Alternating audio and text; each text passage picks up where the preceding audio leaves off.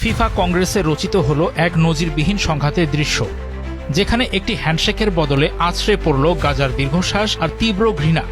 গণহত্যাকারীদের প্রতিনিধিদের সঙ্গে হাত মেলাবো না, জিব্রিল রাজউবের এই একরোখা হুঙ্কারে থমকে গেল যেন ফিফার জাঁকজমকপূর্ণ আয়োজন। ফিফা সভাপতি জিয়ানি ইনফান্তিনো দুই নেতাকে মঞ্চে ডাকলেও রাজউব আরব ইসরায়েলি বংশোদ্ভূত সুলেমানের সঙ্গে হ্যান্ডশেক করতে সরাসরি অস্বীকৃতি জানান। ইনফান্তিনো রাজউবের বাহুতে হাত রেখে এবং ইশারায় তাকে সুলেমানের কাছে আসার অনুরোধ জানালেও তা সফল হয়নি।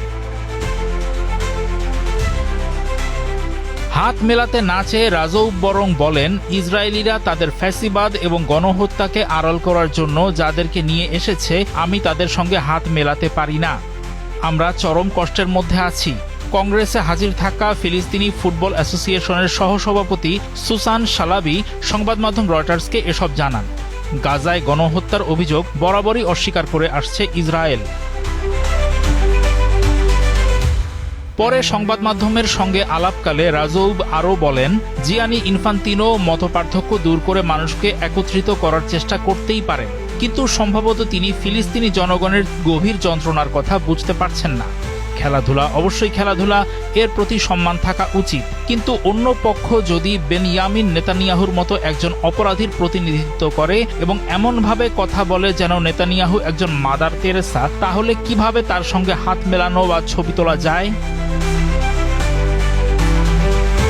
ফিফা কংগ্রেসে সংস্থাটির বিরুদ্ধে দ্বিমুখী নীতির অভিযোগ তোলেন রাজউব। বিশেষ করে পশ্চিম তীরের বসতিগুলোতে অবস্থিত ইসরায়েলি ক্লাবগুলোর বিরুদ্ধে ব্যবস্থা না নেওয়ায় ক্ষোভ প্রকাশ করে তিনি বলেন, এমন কোনো শাস্তি যা মূল ব্যবস্থাকে অক্ষুণ্ণ রাখে তা কখনো প্রতিরোধ গড়ে তোলে না। এটি ভুক্তভোগীদের সুরক্ষা দেয় না বা বিশ্বাস পুনরুদ্ধার করে না। এটি বরং ভুল বার্তা দেয় যে অপেক্ষা করা একটি কৌশল এবং নিয়ম লঙ্ঘন করলে খুব একটা মাশুল দিতে হয় না। এতে প্রমাণিত হয় যে ফুটবল আইন কারো জন্য কঠোর, আবার কারো জন্য নমনীয়।